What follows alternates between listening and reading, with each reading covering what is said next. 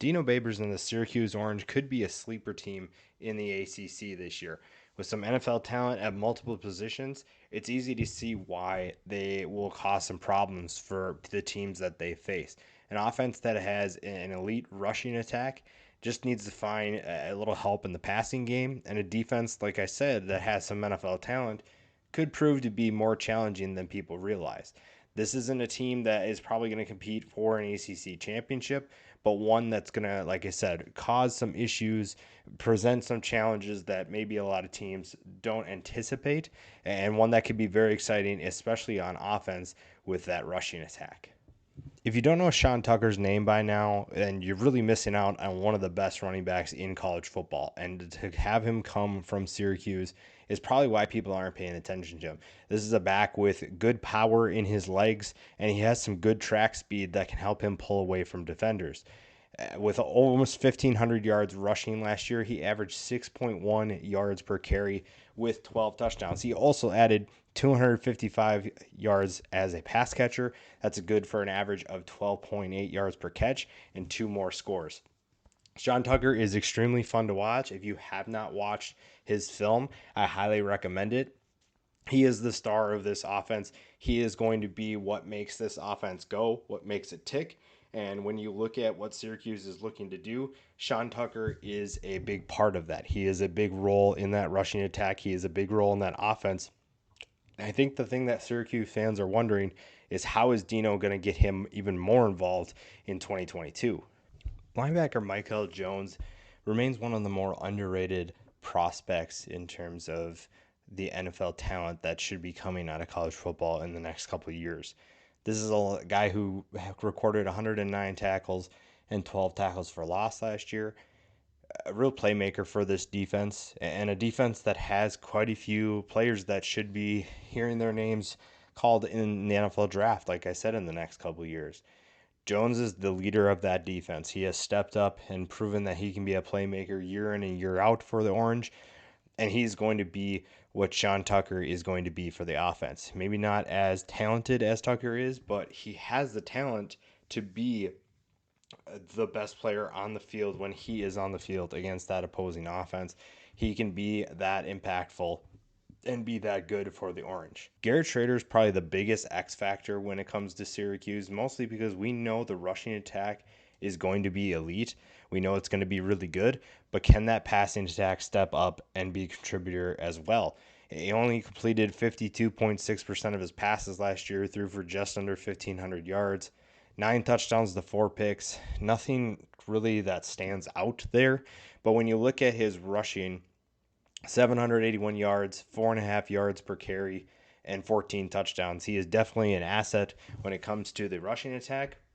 It's just going to come down to can he be a consistent passer. And at Syracuse, how high they go is determined by the passing attack. This offense we know can run the football. Dino Babers knows what he has when they're going to try to run it, but can they be efficient passing? And part of that has to do with Szrader, and part of that also has to do with the receivers stepping up. So it's a combination of things that need to happen.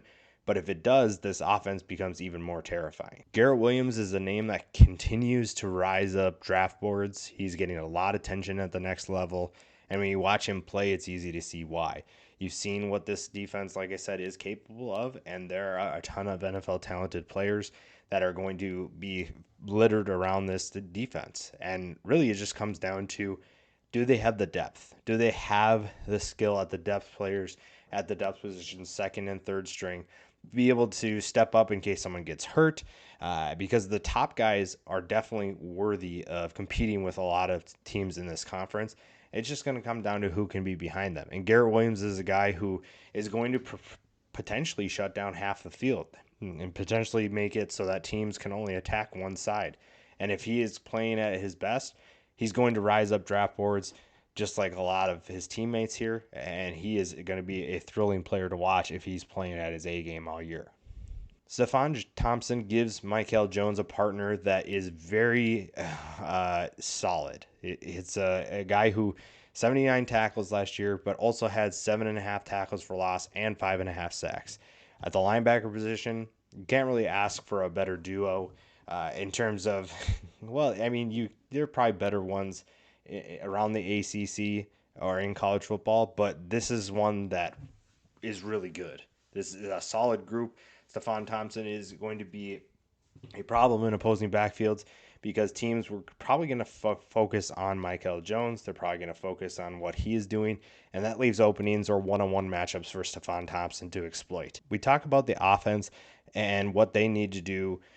The offensive line is going to be a big part of that. And Matthew Bergeron is a veteran who comes back with a ton of experience, and he is going to be a leader on an offensive line that needs to help in terms of making this offense more efficient in terms of passing the football.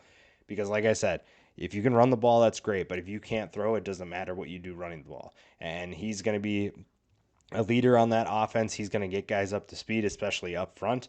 And Sean Tucker's ability to improve upon his stats from last year kind of depend a little bit on what the offensive line can do. We talked about the wide receivers, the pass catchers, and what they need to do in order to help a guy like Garrett Shrader become a more efficient passer. Courtney Jackson is one of those guys who's more of that possession receiver, 10.5 yards per catch last year. He is going to be more of the he was more of the first down guy. You need to play, get him the football. That's who he's going to be. Maybe he takes a step forward and becomes an explosive player. I think that he can be, but I think for now, at least getting him more touches in the passing game is going to be good because he's a reliable player who's proven that he can be someone that Shrader relies on, and that's going to help this passing attack become even better. Duce Chestnut is another cornerback. We talked about Garrett Williams. Chestnut is going to man the other side of the field. So you're talking about two cornerbacks that have lockdown potential. And that just puts pressure on the safeties. We looked at a secondary that's been really actually strong for Syracuse over the last couple of years. And this one has a lot of potential to be one of the best they've seen. The corners are locked down. Chestnut and Williams will be those guys for this defense, and it just comes down to what the front seven can do, and then what are the safeties going to look like as well. Szmyt is going to be a reliable kicker for Syracuse, one that's going to put points up on the board, especially when you can't get in the end zone. That's going to be huge. If you can get 3 points instead of 7, sometimes that feels like a little bit of a deflating effort, but sometimes it comes down to if you make a field goal, and if your kicker is reliable, like Syracuse has, that could be the difference in winning a football game or losing one. Juwuan Price was arguably the biggest addition for Syracuse this offseason because we mentioned what happens if Sean Tucker goes down. Do they have the talent? Do they have the depth to be able to continue what they've been doing? Now, Price obviously has to adapt to the ACC game after transferring from New Mexico State, but he proved that he could get the job done with the Aggies, and they're hoping that he can be that backup that gives some of the relief to Tucker to make sure that he's not doing all of the work, and when Tucker goes out, gives teams something else to focus on. Syracuse is going to be fun this year. They have the talent, at least at the top. It just comes down to depth and also the passing attack.